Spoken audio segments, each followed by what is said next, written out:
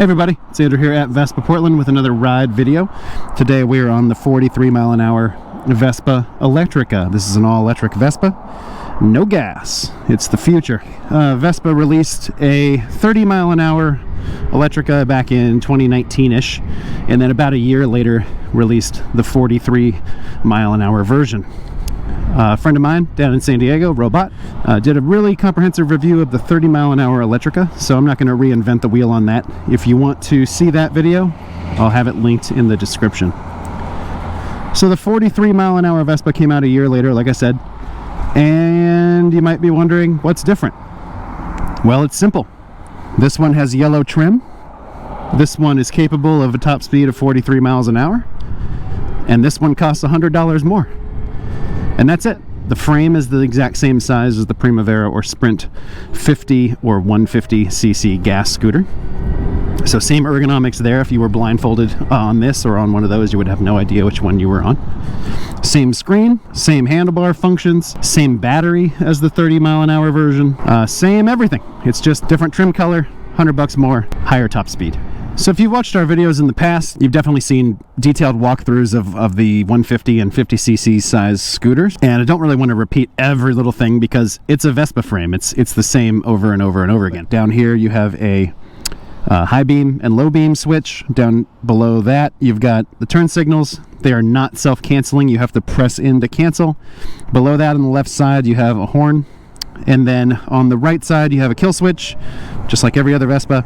You have a mode button that slides and also pushes in to control different settings on the screen.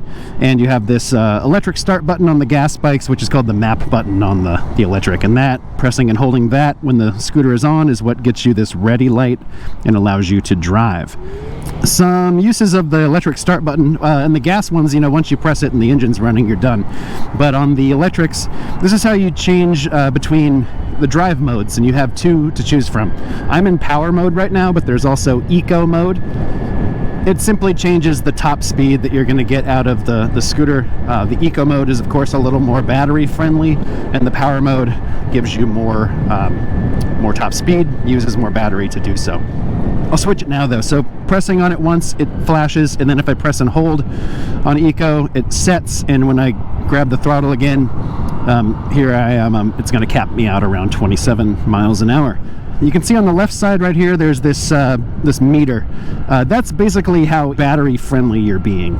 In eco mode, you can see that I'm in the green range, which means I'm consuming the least amount of battery possible. And as I'm coming down completely off the throttle and coasting, you can see that it went to full green. When it drops down to these orange or reds, that's when you're using moderate for orange and all the battery power possible at the red. And you're going to see that, of course, when you accelerate, because you're going from a dead stop and it has to get your weight and the weight of the bike moving. On this right side right here, you have regenerative braking. There are two regenerative braking modes in the scooter, and you can change them in settings. Basically, it's using kinetic energy to recharge the battery as you decelerate or as you actually hit the brakes.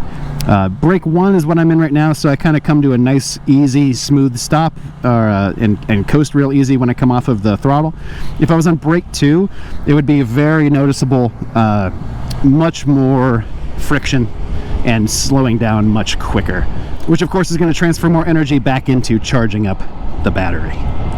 All right, let's talk range. So Piaggio's marketing materials for the Elettrica state that in eco mode, the scooter will expect 100 kilometers or roughly 60 miles of range. In real world use, I would think you'd probably be a little closer to 50. You're not always going to be on flat ground. You're going to have hills, and then of course your rider weight is going to vary and how you're riding, if you're full throttle all the time or if you're not. So realistically expect in eco mode more of like a 50-mile range. If I switch over to power and press and hold, all of a sudden I'm going to start accelerating, and you can see that the range immediately dropped down to 33, or maybe you can see it, I don't know. If your plan is to conserve battery, your best bet is to kind of actively look at what conditions you're riding under and select the mode that best suits what you're doing. On this road right here, I got nobody behind me. I could probably go into eco and be totally fine. Save a little power there. And spoke too soon. Now I'm coming up on a hill. Maybe want to speed up a little bit on that. So I'm going into power mode, and now I'm accelerating up the hill. Of course, I'm going to lose a little power. As you can see on the left side here, I'm down into the oranges, indicating that I'm using as much as the scooter can give. But once I crest the hill here, maybe I go back into eco. Coasting to a stop, now I'm back in green, etc. You know, you could mess with it like that if you want. I don't know how many miles you're realistically going to save in range by doing that, but it's, you know, it's better than nothing. As your battery percentage dips, you will eventually see the scooter go into somewhat of a limp mode to get you home when your battery percentage is very low. So at, I believe it was 10% of battery, you'll start to see the battery icon down here will flash, indicating it's time to go find an outlet. And then once you get down into the 7% range, I believe it drops you down into like an 18.6 mile an hour top speed, so that you can conserve as much juice to go as far as possible. So you're going to need access to a power outlet, of course, anytime you charge up this scooter, but you really need one right next to where you park, because the Vespa Elettrica does not have a removable battery. So this is going to be a scooter better suited for people who have maybe a garage with power, or park somewhere where there's a power outlet, or maybe have access to a power outlet at their job where they can charge it. If you're parking this bike on a street or like in a condo complex down underground and there's no power around, it's not going to be the best choice for you. Piaggio will be coming out with a removable battery scooter in the next few months, called the Piaggio 1. So if you're looking for an electric scooter from this company, and you need to have a removable battery so you can carry the battery into your house, into your apartment, whatever, that is one you might want to take a look at.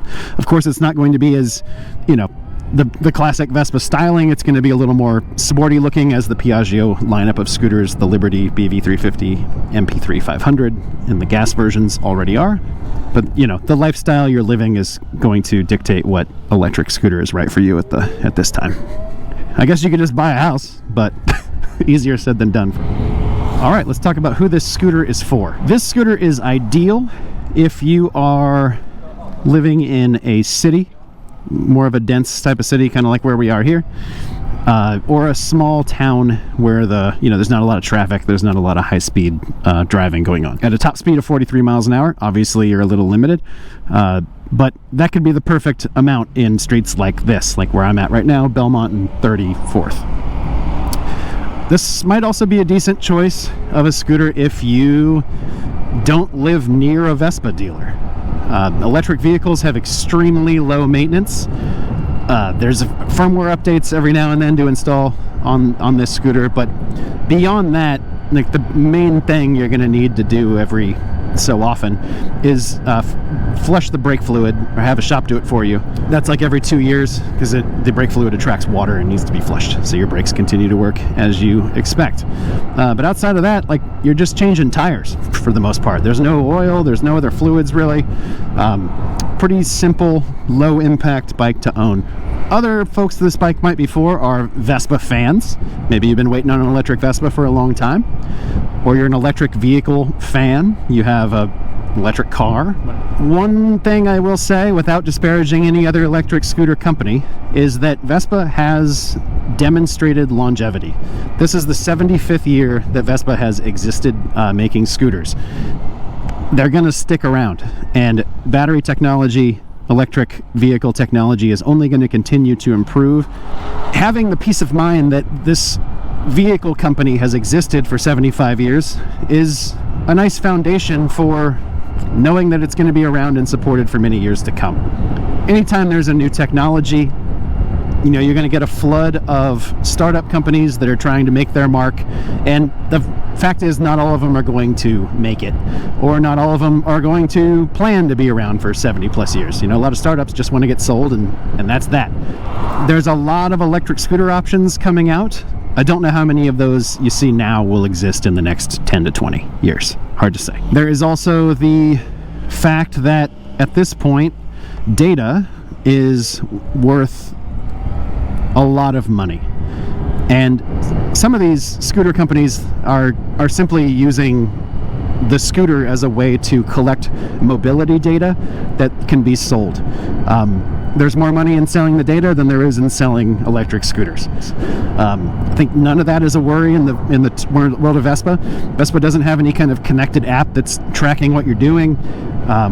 Vespa is going to continue to make vehicles. It's their bread and butter. It's what they do. They're not a data company. They're not trying to change the world with their own battery, etc. Another kind of person this scooter can be for is for the obviously environmentally conscious who don't want to use gas anymore. Now, the argument can always be made, well, what do you do with a battery once it's done? Can you actually recycle it? Is that more of an effect on the environment, etc.? People have those arguments all day. But, it's up to you to decide which is more environmentally responsible, using gas or not, basically. So who this scooter is not for is probably an equally long list. If you are into long distance joyrides, if you like to go out in the middle of nowhere and just kind of get lost, or go on a 100-mile round trip to get a cheeseburger, this is obviously not the scooter for you. The range on this bike is about 40 miles or so in the power mode, which is what you would need to use if you were out in those kind of situations, and it's just not going to be enough. I don't think you're going to want to stop 40 something miles in and charge your battery for 8 hours and then get back on the road. So if you're a suburban rider who needs more speed because the roads are higher speed and people are speeding on them, probably not the bike for you. And if you're a rural rider where you're on in McMinnville, Oregon, for example, where the country roads out there are in the 50s and people are going 60 plus, 43 miles an hour, not really going to cut it. Also not the scooter for you if you don't have access to an outlet where you park. Ideal for folks who have a garage or an outlet at their job, something like that, where they can plug this thing in easily. The lack of the removable battery really cuts out a lot of apartment dweller, kind of street parker kind of folks. I'd say also not the scooter for you if you were hesitant about electric vehicles or scooters in general. And that's kind of valid. I'm sort of in that camp. I know that electric is going to take over, but battery technology, in my opinion, is not at its peak yet. And so I personally am not interested in getting a electric vehicle of any kind until some more time passes and these things become a little more standardized to what we're going to have going forward. So, for example, think of a Tesla, right? You've got a few 100-mile range on them right now. Well, in 5 years, what's the range brand new going to be? 1,000 miles? 2,000 miles on a charge? I mean, you never know. The battery technology is improving every day, and we're not at the pinnacle yet. And at some point, I believe that's going to be the same with any electric scooter, not just this Vespa Elettrica. We're going to look back and go, 43-mile range, that's hilarious. Now they're like 500-mile, right? It's just a matter of time. Once the Vespa GTS is available in electric, and it's he's able to keep up with those 85-mile-an-hour top speeds that the gas version has, and I'm able to charge it once a month or something like along that line, then I'll be definitely interested in changing over. But until then, I'm not personally convinced. And if that's you as well, maybe go gas for a little while longer. All right, let's talk charge cycles and range. So it's actually pretty impressive. If you rode around in only power mode, and if we are to believe that the figures provided by Piaggio are true, about 43-mile range on a charge if you're in power mode, times 1,000 charge cycles, you're looking at 43,000 miles before your battery is at roughly 80% of charge. And then at that point, you're getting about 34 or 35 miles per charge. And if you live in a major city or in the inner part of a city or a small town where you're just kind of cruising around roads like this, that's going to last a long time. It could be 10 years of riding before this battery is ever giving you any kind of shorter lifespan. Most people don't put 40-something thousand miles on their scooter anyway, and you will probably end up with a new scooter before you ever get to that point. I would say if you are considering an electric Vespa, there's really no reason to get the 30-mile-an-hour version when $100 more gets you roughly 13 more miles of speed, which could potentially get you out of a situation if someone does something dumb in front of you. kind of a no-brainer option. If the price was separated by some much larger delta, you know, $500, $600, something like that, I could see, well, maybe there's a reason to get the 30, but at $100, I mean, you might as well just get the quicker one. Licensing laws will vary based on where you live. So here in Oregon and across the river up in Washington, it's currently fully legal to operate a 30-mile-an-hour vehicle with a driver's license only, no motorcycle endorsement required. Technically, you need to have a motorcycle endorsement to operate this scooter because it surpasses that 30-mile-an-hour mark, up to 43. Now, you're allowed to buy whatever you want. It is your own risk if you decide to use it on a roadway, and if you get pulled over, you might get into some trouble for not having the right endorsement on your license. But that's a risk you can determine if you want to take. So one thing to note is that in power mode, I did some rides up a hill, and the difference of going up the hill in eco versus going up the hill in power mode was only about a 2-mile-an-hour difference. The scooter wants to conserve battery, so when you're in power mode and you give it full throttle, you're getting a boost, a little extra boost for roughly 30 seconds before the scooter settles back on some kind of standard speed value. The Vespa Elettrica, if you can see down here, has a brown key, just like the 150 and 300cc Vespas do. That is the master key that you can make more copies off of. You're going to want to store that brown key somewhere safe at your house, and then use the included blue key on the backside here to operate the scooter on a daily basis. That's a security feature. There's a chip in those keys that talks to the onboard electronic control unit and determines if the scooter is going to start up or not, if it's the right key or if it's a key at all. So it doesn't allow someone to just stuff a screwdriver in here and turn it to the right and get going. If that chip doesn't speak to the bike and kind of, you know, confirm itself, this bike's not starting. It's going to be important, if you get this scooter or the 30-mile-an-hour version, to ride it. The manual says to ride it at least once a month for 10 to 15 minutes. Now, that's not just having it on, that's actually riding the scooter. And the reason is, there are actually 2 batteries on board the Elettrica. You have the drive battery, which is below the seat, and that's the one that's not removable. And in the floorboards down here, underneath that black Vespa. So what this battery does is power the TFT display. And so it needs to kind of be exercised a bit to keep the charge going. You could also add a battery tender lead if you wanted to, and if this bike's sitting in your garage unused over like the winter months, say you don't want to ride, it's too cold out, whatever, you'll come back to it in the springtime or whenever it gets warm and see that your battery down there is still ready, and when you turn the key, the screen will come on. If that battery dies, turn the key, won't do anything here, and you'll have to get another battery before you're able to do any more riding.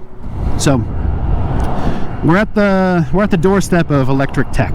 It's exciting. It's pretty cool to see. It's obviously where we got to go as a society to clean things up.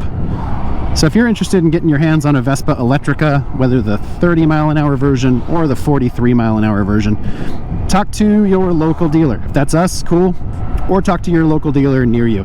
Just because we're on YouTube doesn't mean that you don't have a Vespa shop next to you. We do get a lot of requests. Thank you all very much for, you know, requesting from New York City and various other farther afield locations for requesting us to send you a scooter. But it'll save you a bunch of money in transportation fees to get something closer to you. And your local dealer is going to be able to get you the same scooters we can. Thanks for watching. This is Andrew here at Vespa Portland. We'll see you next time.